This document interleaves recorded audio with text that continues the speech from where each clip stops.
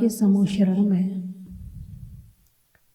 दो तरह के जीव जाते हैं, एक मिथ्या दृष्टि और एक सम्यक दृष्टि। एक भगवान की वाणी सुनने को जाता है और एक समूह शरण की सुंदरता देखने को जाता है।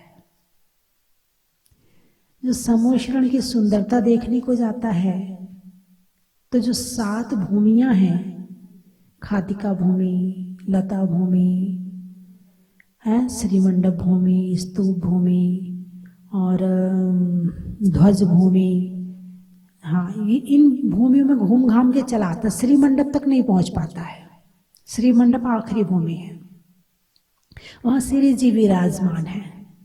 उसके पहले पहले जो भूमियां होती, जैसे वहां खातिका भूमि में खाई है तो वहां जाता है, वहां नाव पड़ी होती उन खाइयों में, बोटिंग करता है, घूमता है, मजे लेता है। लता भूमि में जाता है तो वहां जाके लताएं भी बड़े सुंदर सुंदर आकार में, जैसे मकान बना है पूरा, तो पूरा लताओं का है, पूरा बगीचा लताओं का है, तो बड़े सुंदर सुंदर लताएं होती, वहां घूम घाम के चला आता है। ध्वज भूमि में चला जाएगा तो झंडे देख के आ जाएगा, भवन भूमि जाएगा तो वहां के सुंदर सुंदर भवन देख के आ जाएगा, नाट्यशाला भूमि में जाएगा तो वहां देवांगनाओं के नृत्य आदि देखता रहेगा और वाह मजा आ गया, क्या कहेगा, मजा आ गया, और वापस चला जाता है। लेकिन जो जीव भगवान के दर्शन करने के लिए जाता है, जो जीव भगवान की दिव्य ध्वनि सुनने के लिए जाता है, वो सीधे श्रीमंडप भूमि में जाता है। और अन्य भूमियों में जो मंदिर होते हैं उनके दर्शन बाद में करता है। वो पहले श्री जी के पास जाता है, वहां भगवान की वाणी सुनता है, वहां भगवान के दर्शन करता है। और भगवान के दर्शन का इतना प्रभाव, इतना प्रभाव, इतना प्रभाव कि यदि कोई भगवान के दर्शन कर ले, उसकी आंखें ना भी हो, रोशनी ना हो, कम हो, खराब हो, कोई बीमारी हो आंखों में, सब ठीक हो जाती है। उसका एक हाथ है और एक हाथ नहीं है, और यदि वो भगवान के दर्शन करने चला जाए तो उसके दोनों हाथ हो जाते हैं। किसी के पीठ में कुबड़ निकली है और वो प्रभु के चरणों में पहुंच जाए, उसकी कुबड़ ठीक हो जाती है। तो भगवान के समूह शरण में जाकर के वहां पर रोग, शोक, चिंता, बीमारी, भय, कषाएं सब मिट जाती हैं। आभा मंडल, कुछ किया नहीं भगवान ने, लेकिन भगवान के आभा मंडल के अंदर जो आ गया, उसकी ये सारी परेशानियां दूर हो जाती हैं। इतना प्रभाव। और उसके बाद दिव्य ध्वनि सुन ले भगवान की, तो ये वो सम्यक दर्शन को दर्शन से ही प्राप्त कर लेता है। भगवान के दर्शन से क्या मिलता है? सम्यक दर्शन। क्या मिलता है? सम्यक दर्शन। सम्यक दर्शन भगवान के दर्शन से ही हो जाता है, ज्ञान तो बाद में होगा। जितना ज्ञान था वो सम्यक ज्ञान बन गया, लेकिन दर्शन से जो जीव वहां जाता है उसको सम्यक दर्शन की प्राप्ति हो जाती है, यानी वो सच्चा श्रावक बन गया। क्या बन गया? सच्चा श्रावक बन गया, है ना। तो भगवान के चरणों में पहुंचकर या तो वो सच्चा श्रावक बन जाता है या सच्चा साधु बन जाता है। इसके अलावा तीसरी कैटेगरी वहां पर नहीं है। ये भगवान के दर्शन का प्रभाव है। आप यहाँ मंदिर में दर्शन करने के लिए आते हैं, वहां तो चलो भगवान का साक्षात आभा मंडल था, लेकिन यहां भी कम नहीं है। ऐसा मैंने जहाजपुर में हजारों लोगों के मुंह से सुना है। बोले जैसे ही गाड़ी गेट में एंटर करती है, ऐसी एक फीलिंग आती है, ऐसी अनुभूति होती है कि पता नहीं हम कहाँ आ गए हैं। अभी भगवान के दर्शन नहीं किए, केवल अभी एंटर किया है। और ऐसा एक नहीं, हजारों लोगों ने मेरे से कहा है। एंटर हो गए, अब उसके बाद में ऐसा लगता है कि वाह क्या जगह है, आनंद आ गया। उनके मुख से इसके अलावा दूसरी बात नहीं निकलती है। और जब भगवान के दर्शन कर लेते हैं तो लगता है स्वर्ग में आ गए। जब सबसे पहली बार मैं 24 में आचार्य श्री ज्ञान सागर जी के साथ ऊपर जो छत पे 24 बनी उसके दर्शन कर रही थी, तो शाहपुरा के एक व्यक्ति आया और उसने कहा मेरे कान में, बोले माता जी आपने तो स्वर्ग बना दिया, स्वर्ग दिखा दिया। उस स्वर्ग को देखें ना देखें वो तो हमें पता नहीं है, लेकिन ये स्वर्ग आपने दिखा दिया कि यहाँ आकर के स्वर्ग वाली फीलिंग आती है। वो सबसे पहली बार उसने कहा था, तो मैंने कहा चलो ऐसे ही कह रहा होगा, लेकिन वहां अब जो भी आता है वो एक ही बात कहता, बोले यहाँ तो स्वर्ग का अनुभव होता है। जैसे स्वर्ग में किसी अकृत्रिम चैत्यालय के दर्शन करने के लिए गए हैं, ऐसा लगता है कि स्वर्ग में बैठे हैं, ऐसा लगता है कि मंदिर में बैठे रहो, उठने का मन ही नहीं करता। पहली बात तो भगवान का जिनबिंब इतना सुंदर, इतना सुंदर, ऐसा वीतरागी, ऐसी प्रसन्न मुद्रा, लगता है कि हमें ही देख के भगवान खुश हो रहे हैं। और एक एक उनके आंगों पांग, उनके नाखून, उनकी उंगलियां, उनके पैर का अंगूठा, उनका माथा, उनके बाल, उनके ओठ, उनकी मुस्कुराहट, उनकी भौएं, एक एक चीज ऐसी लगती जैसे बोल रही है। और मुनि श्री प्रणम्य सागर जी महाराज जब आए थे तो उन्होंने एक ही बात कही थी, कही तो बहुत सारी थी लेकिन एक बात बड़ी प्रमुख थी। बोले ऐसे जिनबिंब जहां होते हैं, ऐसे जिनबिंब के दर्शन करने से सम्यक दर्शन की प्राप्ति होती है। एक बार तो एक करीब 12:30 बजे करीब, एक जब भगवान छोटे मंदिर में थे तो एक गाड़ी आई, तो उसमें करीब छोटी बस थी, मिनी बस थी, उसमें से लोग रास्ते में प्रोग्राम बना रहे थे। जब आ रहे थे, बहुत भूख लग रही है, उन्होंने मुझे बताया, वो मैं आपको बता रही हूँ, बहुत भूख लग रही है, बस दर्शन तो बाद में करेंगे, दर्शन तो बाद में करेंगे और सबसे पहले जाके भोजन करेंगे। बोले अब वो गाड़ी जो खड़ी हुई आकर, वो बिल्कुल जस्ट भगवान के जो वहां से दिख रहे थे, जहां हम जैसे बस से उतरे तो सामने ही भगवान नजर आ रहे थे। बोले चलो सोचा कि अब भगवान दिख रहे हैं, दर्शन कर ही ले। और जब दर्शन किए भगवान के, बोले भोजन भूल गए।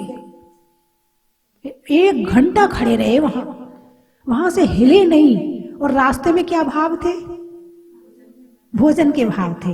यानी जहां जाकर भावों में परिवर्तन हो जाए, इसका मतलब वहां शक्ति है, वहां क्या है। यानी वहां अब आप काम नहीं कर रहे, वहां कौन काम कर रहा है? वहां का ओरा काम कर रहा है, वहां का आभा मंडल काम कर रहा है, वहां की ऊर्जा काम कर रही है। वहां आपने अपनी ऊर्जा तो रास्ते में लगाई थी ना। आने के पहले सोचा था कि स्वस्ति धाम जाके सबसे पहले भोजन करेंगे, आपने तो अपना यही प्रोग्राम बनाया था।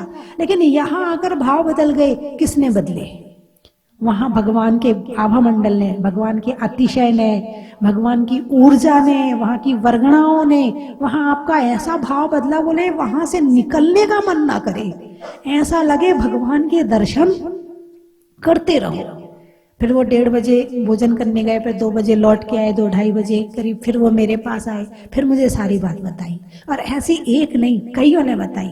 एक घनसौर की एक बहन जी है, अब वो दर्शन कर रहे हैं तो उनके तो आंसू बहे, बस आंसू आंसू निकले। और एक नहीं, कई लोगों ने बताया, बोले भगवान के दर्शन करते पता नहीं आंखों में से आंसू गिरने लगते हो, बहुत देर तक रोती रही। बोले माता जी पता नहीं इतनी खुशी हो रही है, इतनी खुशी हो रही है कि जैसे पता नहीं हम कहाँ आ गए। तब तो मंदिर, ये वाला मंदिर बना भी नहीं था, मैं तब की बात बता रही हूँ। तो जो साक्षात जब भगवान होते हैं तब तो अतिशय होते ही होते हैं, लेकिन जो अतिशयकारी बिंब होते हैं, जिन बिंब होते हैं, उनके अतिशय भी लोगों पर होते हैं। और इसका अनुभव एक नहीं, लाखों लोगों ने जहाजपुर में किया है। वहां इतने दिन रही तो मुझे महसूस हुआ, हालांकि पदमपुरा में भी बहुत अच्छा लग रहा है, बहुत अच्छा लग रहा है यहाँ भी, लेकिन जो 8 वर्ष में मैंने महसूस किया कि जीवन में परिवर्तन कैसे आता है। लोगों के जीवन में तो आया ही आया है, मेरे जीवन में भी आया है। अंतर्मुख मन मेरा करा दो, एक लाइन आती ना चालीसा में, अंतर्मुख मन मेरा करा दो। ये भगवान का ही मतलब था तो सही, लेकिन एक जो गहराई से अंदर जाने वाली बात है वो भगवान के चरणों में हुई है। तो भगवान समो शरण में जब साक्षात रहते हैं तो उनका ये प्रभाव रहता है। अच्छा, अब भगवान के दर्शन तो कर लिए, सम्यक दर्शन भी हो गया, अभी भगवान ने कुछ किया नहीं है, सब अपने आप चल रहा है। हालांकि भगवान की वाणी भी अपने आप खिरती है, लेकिन हम यही कहते हैं कि भगवान ने उपदेश दिया है।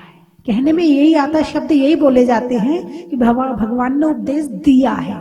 हालांकि भगवान देते नहीं है, उनके रोम रोम से वाणी भव्यों के पुण्य से खिरती है। लेकिन जब हम लोग बोलेंगे तो यही कहेंगे भगवान ने उपदेश दिया है ना। तो भगवान उपदेश में क्या देते हैं? मतलब तुम्हें धन कैसे कमाया जाए वो सिखाते हैं, या बच्चों का पालन पोषण कैसे किया जाए ये सिखाते हैं, या गृहस्थी कैसे चलाई जाए ये सिखाते हैं, या फिर दुकानदारी कैसे करी जाए ये सिखाते। क्या सिखाते भगवान उपदेश में? धर्म क्या होता है? आत्मा का उपदेश देते हैं। किसका उपदेश देते हैं? आत्मा को उपदेश देते हैं। आत्मा को उपदेश मतलब भगवान ने दिया है ज्ञान। क्या दिया है? आत्मा का ज्ञान दिया है। क्या दिया है भगवान ने? आत्मा का ज्ञान दिया है। अब आप देखिए, भगवान ज्ञान के अलावा कुछ नहीं देते हैं। बोलिए, ये बात सही है कि नहीं? भगवान ज्ञान के अलावा, बड़े ध्यान से सुनना मैं जो कहने जा रही हूं, भगवान ज्ञान के अलावा कुछ नहीं देते हैं, कुछ भी नहीं देते हैं। और भगवान ने जो प्राप्त किया है वो क्या प्राप्त किया है? केवल ज्ञान। क्या प्राप्त किया है? केवल ज्ञान। केवल ज्ञान का क्या मतलब होता है? केवल, अकेला, मात्र, ओनली ज्ञान। ओनली ज्ञान। क्या? मात्र ज्ञान। ज्ञान के अलावा कुछ भी नहीं। ज्ञान से सुखी हो गए। ज्ञान जब अनंत ज्ञान आया तो अनंत सुख आ गया। थोड़ा ज्ञान आएगा, थोड़ा सुख आ जाएगा, थोड़ा और ज्ञान आ जाएगा, थोड़ा और सुख आ जाएगा, अनंत ज्ञान आ जाएगा, अनंत सुख आ जाएगा। सुख कहां ढूंढ रहे हो? बाहर है। कहां? ज्ञान में। कहां है? किसके पास है? मेरे पास खुद ही है। हम खुद उसके मालिक हैं। अनंत ज्ञान और अनंत सुख की प्रॉपर्टी हमारी खुद की है, लेकिन हम भूल गए हैं। बहुत दिन से इधर उधर घूम रहे हैं ना, भटक रहे हैं, इसलिए हम अपनी प्रॉपर्टी भूल गए हैं। बाहर में इतना उलझ गए हैं, इतना उलझ गए हैं कि हमारे घर में क्या रखा है हमें पता ही नहीं है। हमारे घर में क्या रखा है हमें यही नहीं मालूम है। कहां घूमे, कहां भटके, एक इंद्री में भटके, दो इंद्री में भटके, 3, 4, 5 इंद्री में भटके हैं, अभी भी भटक ही रहे। अभी कौन सी लाइन पे गाड़ी है? यदि अभी ज्ञान प्राप्त नहीं किया तो ये भटकना ही होगा। जैसे भाव भाव भटकना कहते हैं ना, उस भाव भाव भटकने में एक मनुष्य भाव भी भाव भाव भटकने में आ जाएगा। जिसने ज्ञान प्राप्त नहीं किया उसके लिए, और जिसने प्राप्त किया है उसके लिए नहीं। उसने तो अपने इस जीवन का उपयोग कर लिया। तो भगवान ने क्या प्राप्त किया? केवल ज्ञान। क्या प्राप्त किया? केवल ज्ञान। केवल ज्ञान से फिर उन्हें क्या मिला? अनंत सुख मिल गया। अनंत सुख भी मिल गया, और जो शक्ति थी वो भी अनंत हो गई। वो भी कितनी हो गई? शक्ति कहां से आती है? ज्ञान से। शक्ति कहां से आती है? ज्ञान से। यानी एक बहुत मोटा आदमी है, पहलवान है, और एक दुबला पतला आदमी है, लेकिन एक में जरा आत्मबल ज्यादा है, और जो मोटा पहलवान है उसमें बड़ा डरपोक है। अब बताओ शक्तिशाली कौन है? डरपोक क्या करेगा? एक कुत्ता आते ही भाग जाएगा, है? एक कुत्ते ने जरा उसकी तरफ भौंका और भाग गया। शक्ति कहाँ, शरीर में या आत्मा में? आत्मा में। तो जब ज्ञान आता है, तो जब अनंत ज्ञान आ जाए तो शक्ति भी अनंत हो जाती है। शक्ति भी कितनी हो जाती है? अनंत हो जाती है। दर्शन कितना हो जाता है? अनंत हो जाता है। अनंत ज्ञान, अनंत दर्शन, अनंत सुख, अनंत शक्ति। शुरुआत कहां से करनी है? ज्ञान से। शुरुआत कहां से करनी है? ज्ञान से। चलो अब आपके उदाहरण से बता दूं। आप अपने बच्चे को अनपढ़ रखना चाहते हैं या पढ़ाना लिखाना चाहते हैं? पढ़ाना लिखाना चाहते हैं। अच्छा, अब आपने अपने बच्चे को खूब पढ़ाया, खूब लिखाया, ठीक है। आपने अपने बच्चे को चलो खाने दिया, पीने दिया, ये तो एक नॉर्मल बात हो गई। सब न, जो नहीं पढ़ाएगा वो भी देता है, वो कोई बड़ी बात नहीं है। अभी आपने प्रॉपर्टी नहीं दी बच्चे को। छोटे से बच्चे को क्या दिया आपने? आप स्वयं ज्ञान देते, वह ऐसे नहीं ऐसे करते हैं, ऐसे नहीं ऐसे करते हैं। बच्चा को फिर स्कूल भेजते हैं, जब तक स्कूल नहीं जाता तो घर में पढ़ाते हैं। 1 2 3 4 ABCD घर में पढ़ाते हैं। फिर थोड़ा सा बड़ा होता है, फिर उसे स्कूल भेजते हैं, वो फिर वहां पढ़ता है, फिर वो घर आता है वापस, फिर तुम पढ़ाते हो। फिर वो 1 क्लास पास करता है, 2 क्लास पास करता है, फिर थोड़ा 8 में आ जाता है। फिर आप सोचते हैं कि अब ये बाहर चला जाए, फिर आप उसे पढ़ने को बाहर भेजते हो, फिर थोड़ा और पढ़ लेता है, फिर आप उसे अच्छे कॉलेज में डालते हो। उसके बाद फिर आप उसे और पढ़ाना चाहते हो, फिर विदेश भेज देते हो। आपने अपने बच्चे को क्या दिया? ज्ञान। बोलिए, आपने अपने बच्चे को क्या दिया? क्या दिया? बोलिए ना। ज्ञान दिया ना। एक माँ बाप अपने बच्चे से कब संतुष्ट होते हैं? जब वो पढ़े लिख के बढ़िया टॉपर बन जाता है, बड़े खुश रहते हैं, मेरा बेटा तो टॉपर है, मेरा बेटा तो पढ़ने में बहुत होशियार है। तो क्या दिया आपने अपने बच्चे को? ज्ञान दिया।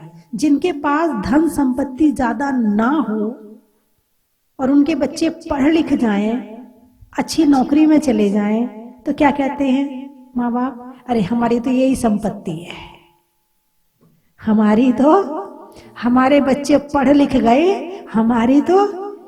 आपने किसको कीमत दी? आपने किसको कीमत दी? ज्ञान को। आपने किसकी कीमत समझी? ज्ञान की, है ना। जिसके पास करोड़ों है, अरबों है, जिसके पास करोड़ों की गाड़ियां हैं, जिसके पास में बंगला है, कोठी है, गाड़ी है, सब कुछ है, अब उस घर के बच्चे को कमाने की जरूरत है क्या? इतना है घर में धन कि 7 पीढ़ी बैठ के खा ले, इतना धन है उसके घर में। अब उस घर का बच्चा यदि ना पढ़े तो उसको कमाने की जरूरत है क्या? नहीं। फिर भी उस घर के जो लोग होते हैं वो क्या करते हैं? पढ़ाते हैं कि नहीं पढ़ाते हैं? इसका मतलब आप ज्ञान की कीमत जानते हो। लेकिन आप कौन से ज्ञान की कीमत जानते हो? आप जानते हो पेट भरनी ज्ञान की कीमत, जिससे पेट भरे और ये जीवन अच्छे से निकल जाए। आप उस ज्ञान की कीमत जानते हो। और भगवान भी समोशरण में ज्ञान देते हैं, लेकिन वो आत्मा का ज्ञान देते हैं। तुमने शरीर का ध्यान रख के शिक्षा दी है और वो आत्मा का ध्यान रख के शिक्षा देते हैं। तुमने शरीर का ध्यान, यानी इस जीवन का जीवन यापन, ये जीवन कैसे चल जाए, मेरा बेटा भूखा ना रहे, मेरा बेटे को कोई दिक्कत ना आए, पर इसलिए तुमने इस जीवन को चलाने लायक ज्ञान दिया है। कितना ज्ञान दिया है कि ये जीवन चल जाए। अब वो चाहे जॉब से चले, चाहे व्यापार से चले, चाहे फैक्ट्री से चले, चाहे किसी चीज से चले, इतना ज्ञान दे दिया कि अब तुम्हारा बेटा अपना खुद का और अपने परिवार का पेट आपने जो ज्ञान दिया वो पेट का ज्ञान दिया है। कौन सा ज्ञान दिया है? पेट का ज्ञान दिया है। और भगवान वहां जो ज्ञान देते हैं वो आत्मा का देते हैं। आत्मा के ज्ञान से पेट तो अपने आप भर जाएगा। जीवन में संतुष्टि तब आती है जब आदमी कुछ प्राप्त कर लेता है? अच्छा, घर में, एक घर में सोना चांदी नोट पैसा खूब है, खूब है, वो संतुष्ट दिखे आपको कभी? अरे बोलिए ना। जिनके घर में कोठी बंगला गाड़ी सब कुछ है, वो संतुष्ट दिखे क्या आपको? नहीं दिखे। अब साधु के पास में ना कोठी है, ना गाड़ी है, ना बंगला है, कुछ नहीं है, वो संतुष्ट दिखे आपको? अरे बोलिए ना। तो संतुष्टि कहां से आती है? संतुष्टि कहां से आती है? आत्मा के ज्ञान से। यहां तो करोड़ों नहीं अरबों कमा लो, संतुष्टि नहीं मिलेगी। जीवन जीने लायक तो बहुतों के पास में है, संतुष्ट नहीं है, और चाहिए और चाहिए और चाहिए, तृष्णा। लेकिन जो आध्यात्मिक ज्ञान को प्राप्त कर लेता है, जो आत्मा के ज्ञान को प्राप्त कर लेता है, वो कहता बस इस जन्म के लायक तो बहुत है, अब तो इस जन्म में आत्मा का कार्य करूं, आत्मा का ज्ञान प्राप्त करूं, जिससे मेरा ये जन्म भी सफल हो और अगला जन्म भी सफल हो। इकट्ठा करके क्या करूंगा? इकट्ठा कर भी लिया तो छोड़ के जाना है, लेकिन आध्यात्मिक ज्ञान प्राप्त कर लिया तो ये जीवन भी सुखी, अगला जीवन भी सुखी, और क्रम से एक दिन मोक्ष की प्राप्ति। तो भगवान समूह शरण में क्या देते हैं? ज्ञान देते हैं। चलिए, बहुत अच्छा लगा आपने कहा आत्मा का ज्ञान देते हैं, मतलब आपके अंदर में एक ज्ञान की एक बात आ गई है। तो भगवान भी जो चीज देते हैं मतलब बहुत बड़ी चीज है। भगवान छोटी मोटी चीज नहीं दे सकते हैं। भगवान जैसी बड़ी पर्सनालिटी, भगवान जैसा बड़ा व्यक्तित्व है, भगवान व्यक्तित्व शब्द भी छोटा है उनके लिए, पर्सनालिटी शब्द भी छोटा है उनके लिए, वो उससे भी ऊपर हैं। ऐसे भगवान जो चीज देते हैं कुछ तो होगा उसमें। अरे बोलिए ना, कुछ तो होगा जो भगवान ने दिया है ना। और जब भगवान ने जो चीज दी है तो वो, चलो आज साक्षात भगवान हमारे सामने नहीं है, लेकिन जिनवाणी तो हमारे सामने है। यदि हम भगवान की वाणी को पढ़ना चाहते हैं तो क्या करना पड़ेगा? जिनवाणी पढ़नी पड़ेगी। पढ़ते हो? वो नहीं, वो पूजा वाली जिनवाणी की बात नहीं चल रही, उसको तो एक मुंह की परंपरा से जिनवाणी कहते हैं। वो जिनवाणी नहीं, वो जिन पूजन की किताब है। तत्वार सूत्र लोग कम पढ़ेंगे, भक्तांबर कम पढ़ेंगे, लेकिन ज्यादा से ज्यादा पूजा करेंगे उसमें से, तो किताब किसकी हुई? है ना। तो उसमें क्या लिखा होता है? अब तो खैर वर्तमान समय के लोग समझदार हो गए हैं, तो अब वो पूजन पाठ प्रदीप या पूजन पाठ प्रवीण या पूजन पाठ या जिनपद पूजांजलि इस तरह से अब आने लगा, लेकिन पहले जिनवाणी कहते थे उसको। अभी भी बहुत से लोग अभी भी बोलते जरा जिनवाणी देना, जबकि शास्त्र को जिनवाणी बोलते हैं। शास्त्र, उसमें भी षट खंडागम के जो ग्रंथ हैं, जो मूल ग्रंथ है हमारे प्राचीन आचार्यों के, वो जिनवाणी कहे जाते हैं। वो क्रम से भगवान की वाणी होती हुई उसमें लिखी है जिनवाणी।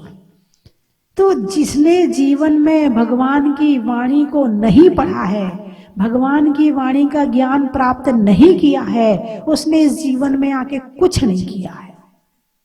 केवल खाना पीना सोना, परिवार पालन, नोट कमाना, ये बड़ी सामान्य सी बात है।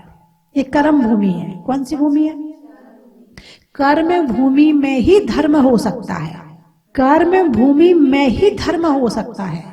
मोक्ष की प्राप्ति कर्म भूमि से ही होती ही। लगाओ यहाँ, भोग भूमि में तो भोग भोग रहे हैं, स्वर्गों में भोग भोग रहे हैं, नरक में दुख भोग रहे हैं, तिरंच गति में योग्यता नहीं है। अब बचे कर्म भूमि के मनुष्य, वो ही धर्म कर सकते हैं, वो ही अपने मन को शुद्ध करके, मन को एकाग्र करके ज्ञान और ध्यान कर सकते हैं। और उन्होंने इस जन्म में नहीं किया तो फिर कहां जाके करेंगे? नरक में कर नहीं सकते, त्रियंच गति में योग्यता नहीं है, स्वर्ग में भोगों से फुर्सत नहीं है, भोग भूमि में मन नहीं करता है, और तुम्हारा कर्म भूमि में मन ना करे, फिर तो हो गई नैया पार, फिर तो डूबने वाली है। फिर तो मेरी बात समझ में आई कि नहीं आई?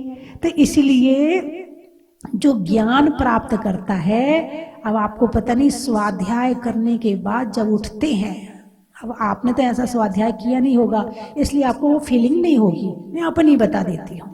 स्वाध्याय करने के बाद जब उठते हैं तो ऐसी बढ़िया फीलिंग आती है, ऐसी बढ़िया फीलिंग आती है, ऐसा लगता है बस बहुत कुछ हो गया है, आनंद आ जाता है। आपको करोड़ रुपए, आप अपने दुकान में एक दिन का प्रॉफिट यदि आपका करोड़ रुपया है और आपको 1 करोड़ रुपए आपके हाथ में आ गए हैं, आपको इतनी अच्छी फीलिंग नहीं आएगी जितनी अच्छी यहाँ छोड़ने वालों को आती है। चलिए मैं 3 चीजें बोलूंगी, आपको कहना बड़ा ही महत्व है। गणित में करण का, त्याग के वर्ण का और भगवान के समो शरण का बड़ा ही महत्व है। महिलाओं में साड़ी का, मंदिर में जिनवाणी का और भगवान की वाणी का बड़ा ही महत्व है। त्रियंचों में बिल्ली का, डंडा में गिल्ली का और आने वालों में दिल्ली का। बड़ा ही महत्व है। रसोई में पटाखा, सावन की घटा का और आने वालों में कोटा का। बड़ा ही महत्व है। गर्मी में घड़ा का, भोजन में बड़ा का और आने वालों में नोएडा का। बड़ा ही महत्व है। जहाजपुर बाबर, अच्छा। प्रभु के दर का, शरीर में सर का और आने वालों में बाबर का। बड़ा ही महत्व है। सगरिया, अच्छा। राम की सिया का, सावन में बिया का और आने वालों में सगरिया का। बड़ा ही महत्व है। पक्षी में पर का, बारात में वर का और आने वालों में अलवर का। बड़ा ही महत्व है। साड़ियों में साटन का, खिड़की पर कॉटन का और आने वालों में झालरा पाटन का। बड़ा ही महत्व है। निम्बाहेड़ा, निम्बाहेड़ा, हाँ। तौलने में धड़ा का, तौलने में धड़ा का और भोजन में बड़ा का और आने वालों में निम्बाहेड़ा का। बड़ा ही महत्व है। बड़ौदा, घर में दादा का, करने में वादा का और आने वालों में बड़ौदा का। नैनवा, गर्मी में हवा का, रुपयों में सवा का और आने वालों में नैनवा का। बड़ा ही महत्व है। सागवाड़ा, महिलाओं में कड़ा का, महिलाओं में कड़ा का और सर्दी में काढ़ा का और आने वालों में सागवाड़ा का। भोपाल, भोजन में दाल का, सर्दी में साल का और आने वालों में भोपाल का। बड़ा ही महत्व है। वृक्षों में बड़ का, बड़ की जड़ का और आने वालों में किशनगढ़ का। बड़ा ही महत्व है। पोटली, कोटड़ी, अच्छा। बूढ़ों में छड़ी का, हाथ में घड़ी का और आने वालों में कोटड़ी का। बड़ा ही महत्व है। रिश्तों में नाना का, पुर्जों में पाना का और आने वालों में लुधियाना का। ही महत्व है।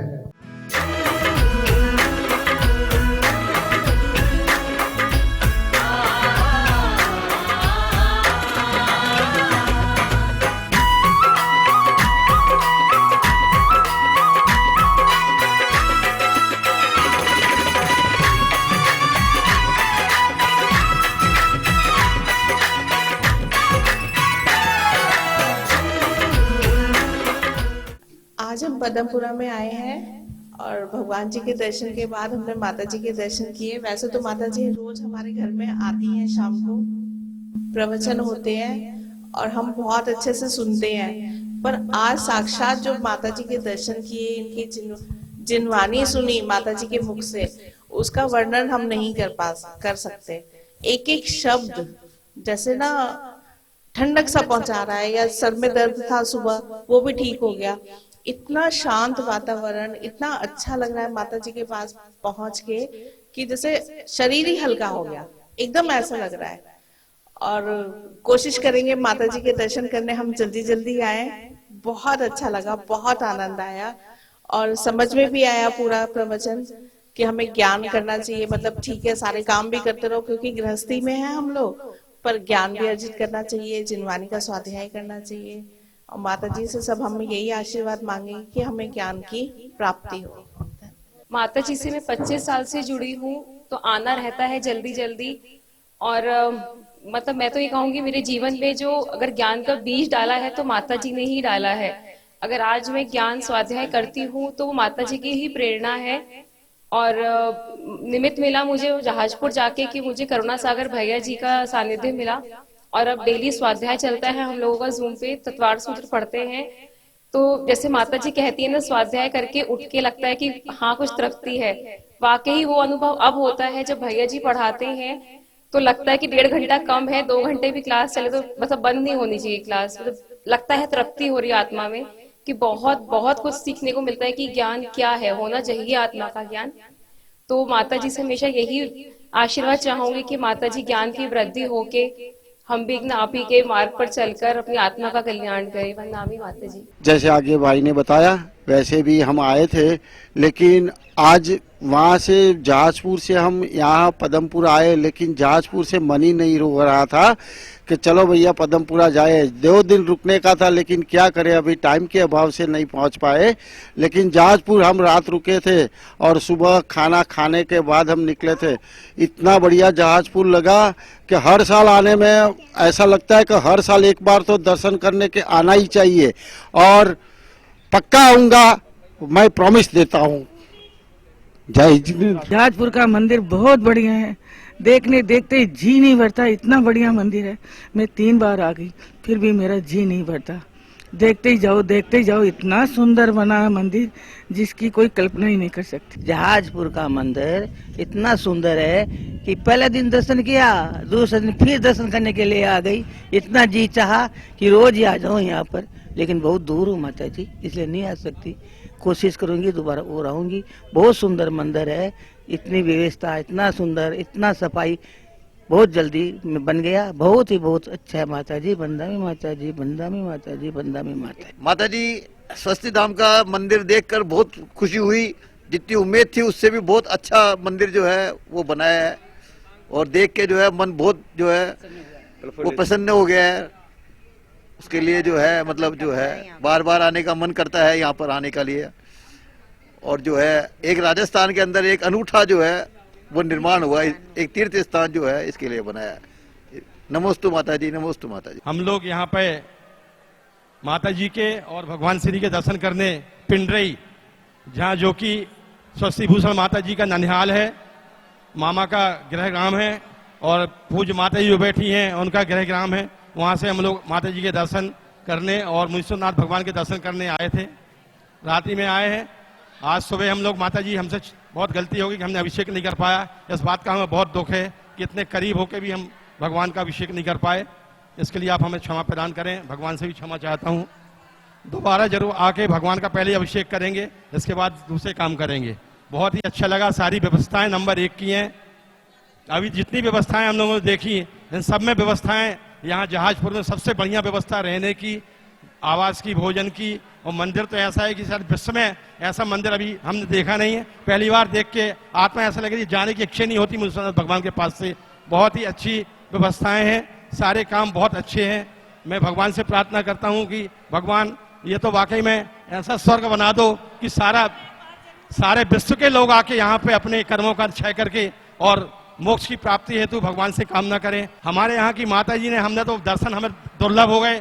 हमें बड़ा दुख है कि हम माता जी के दर्शन नहीं कर पाए। खैर उनकी माता श्री के दर्शन हुए, ये भी हमारी एक पुण्य की बात है।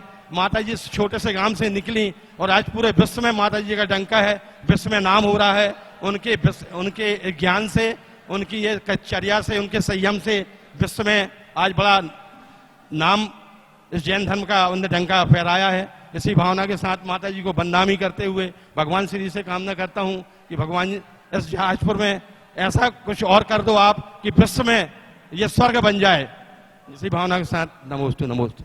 चन की थाल को सजाओ रे आज, रत्नों की थाल को भर लाओ रे आज। आओ आओ करे रे गुणगान आरती भगवन की। आओ आओ करे गुणगान आरती भगवन की। आओ आओ करे रे गुणगान आरती भगवन की।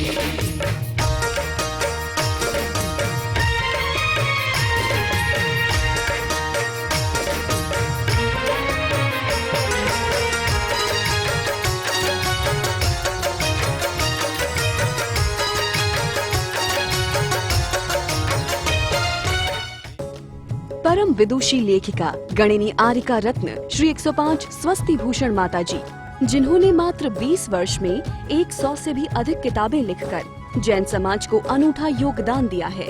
बड़े बड़े विधान जैसे कल्पद्रुम महामंडल विधान, सिद्ध चक्र महामंडल विधान, इंद्रध्वज महामंडल विधान एवं विशेष जनपद पूजांजलि आदि महत्वपूर्ण साहित्य बहुत ही सरस, सरल व सुबोध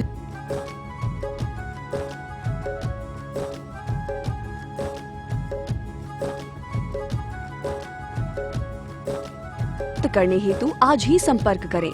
संपर्क सूत्र 7906062500 98683456768।